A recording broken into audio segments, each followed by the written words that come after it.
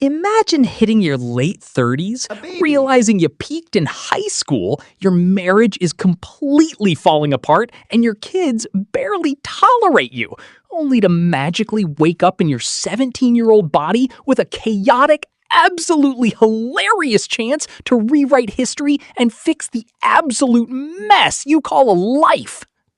We open in 1989. Meet our protagonist, Mike O'Donnell. He is the absolute king of his high school universe. Played with undeniable charm by a young Zac Efron, Mike has it all. He is the star player of the basketball team, he has a full athletic scholarship waiting for him, and the entire school worships the ground he walks on.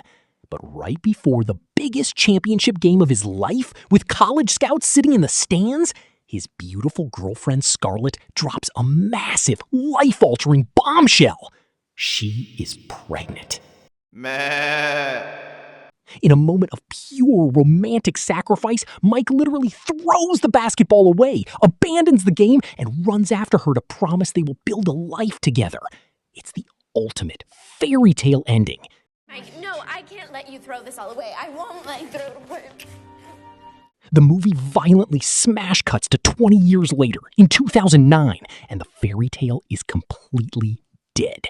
The older Mike, now played with a perfect blend of tragic exhaustion and sarcasm by Matthew Perry, is absolutely miserable. He has been passed over for a promotion at his dead-end job. His teenage kids, Maggie and Alex, think he is an absolute loser. And the absolute kicker, Scarlett is filing for divorce. The root of all this misery, Mike never stopped looking in the rearview mirror. He spent 20 years silently blaming Scarlett and his kids for costing him his basketball career, completely poisoning his own marriage with resentment. Bye, Mike. To make matters worse, Mike has been kicked out of his house and is now living with his high school best friend, Ned Gold. Later that night, while driving in a massive, torrential rainstorm, Mike sees that exact same janitor standing dangerously close to the edge of a bridge. Thinking the man is going to jump, Mike rushes out of his car to save him. But the janitor vanishes, and Mike accidentally plummets off the bridge into a glowing, mystical whirlpool. Mike wakes up in Ned's house covered in mud. He walks into the bathroom, rubs the sleep out of his eyes, and looks in the mirror. But Ned doesn't know that. Ned comes downstairs, sees a teenager in his house, and assumes it's a burglar. What follows is an absolute nerd's dream, a full-blown combat sequence where Ned attacks Mike using an authentic Star Wars lightsaber and a replica Captain America shield, while Mike tries to defend himself using framed comic books. Finally, Mike manages to prove his identity by shouting out deeply embarrassing secrets from their childhood. Once the shock settles, Mike comes to a massive, slightly arrogant conclusion. The universe has given him a cosmic do-over, so he can finally get that basketball scholarship he missed 20 years ago. To get back on the basketball court, Mike needs to enroll in his old high school. He convinces Ned to pose as his eccentric father. They walk into the principal's office, and the film introduces another layer of absolute comedic gold. The principal, Jane Masterson, is strict, no nonsense, and highly professional. Ned takes one look at her and falls wildly, deeply, and unconditionally in love. To try and woo her, Ned leans into his ultimate geek persona, completely missing social cues. It is a hilarious, awkward dynamic that perfectly balances the emotional weight of Mike's journey. Mike officially registers as Mark Gold and steps back into the high school hallways. He struts down the hall with complete confidence, wearing his retro 1980s leather jacket and aviators, only to realize that teenage culture has completely evolved. He is essentially a 37-year-old boomer trapped in a Gen Z environment. Meh. But the real psychological shift happens when he actually observes his own children. As an out-of-touch father, Mike thought his kids were doing fine. As a peer, Mark sees the brutal, heartbreaking reality. His son Alex isn't just quiet, he is being mercilessly bullied by the captain of the basketball team, Stan. And the absolute worst part, Stan is currently dating Mike's daughter, Maggie. Maggie is abandoning her own future, acting completely subservient to this arrogant, toxic boyfriend. This is the brilliant turning point of the movie. Mike's entire motivation shifts. He realizes this magical second chance has absolutely nothing to do with getting a basketball scholarship. The universe sent him back to be the father his kids desperately needed, but never had. With the effortless swagger of a guy who has literally survived high school before, Mike completely dismantles Stan verbally, using grown-up confidence to shatter the bully's fragile teenage ego. Mike takes Alex under his wing, dragging him to basketball practice and forcing him to realize his own potential. The dynamic of Zac Efron acting like a stern, disappointed 30-something father while occupying a teenage body is incredibly funny and surprisingly poignant. At the same time, Mike tries to steer his daughter, Maggie, away from Stan. He constantly intercepts their dates, acting like an overprotective friend.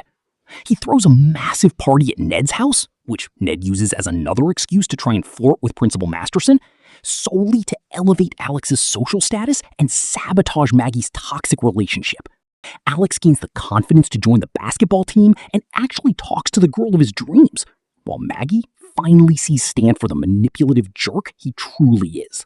But the emotional core of 17 Again lies in Mike's interactions with his soon-to-be ex-wife, Scarlett. Because Mike is posing as Alex's new best friend, he ends up spending time at his own house, talking to Scarlett as Mark. For the first time in 2 decades, Mike actually listens to her. Without the heavy, suffocating baggage of their failed marriage blocking his view, he sees Scarlett not as the woman who ruined his life, but as the brilliant, vibrant, and incredibly strong woman he completely neglected. The tension peaks during a beautifully uncomfortable scene at the house party. Scarlett comes over to pick up her kids and finds Mark. He looks at Leslie Mann with the deep, agonizing longing of a husband who realizes he threw away the best thing that ever happened to him.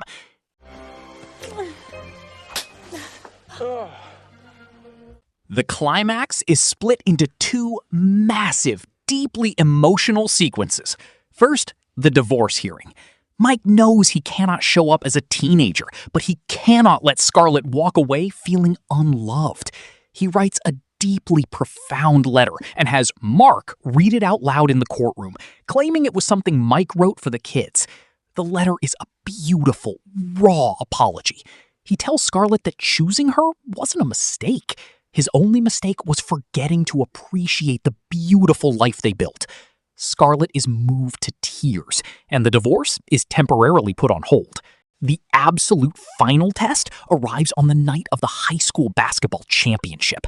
The setup is a perfect, agonizing mirror of the 1989 opening. The gym is packed. The college scouts are in the stands.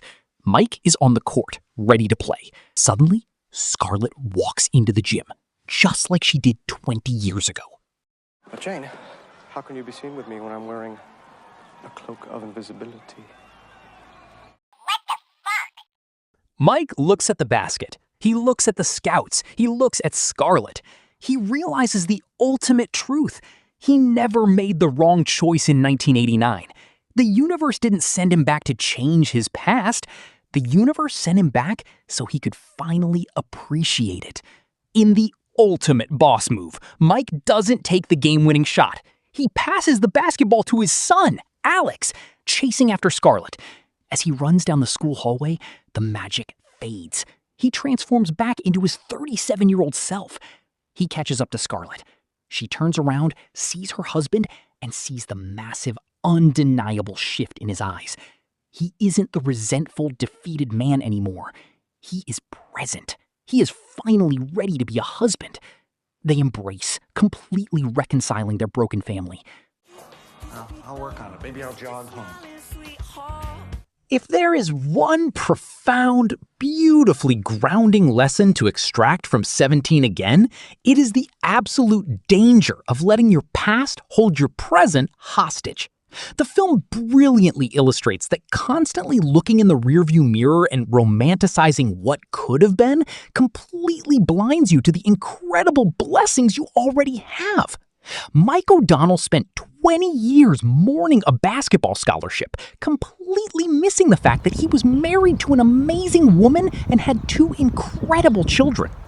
The story reminds us that true success isn't about perfectly executing your teenage dreams. It's about having the immense gratitude to wake up, look around, and choose the life you have already built every single day.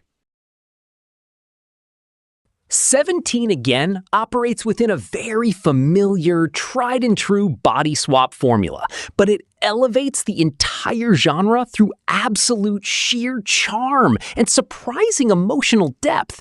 Zac Efron delivers a legitimately fantastic performance, perfectly mirroring Matthew Perry's cynical, world-weary mannerisms while effortlessly handling the physical comedy of a grown man trapped in a teenager's body.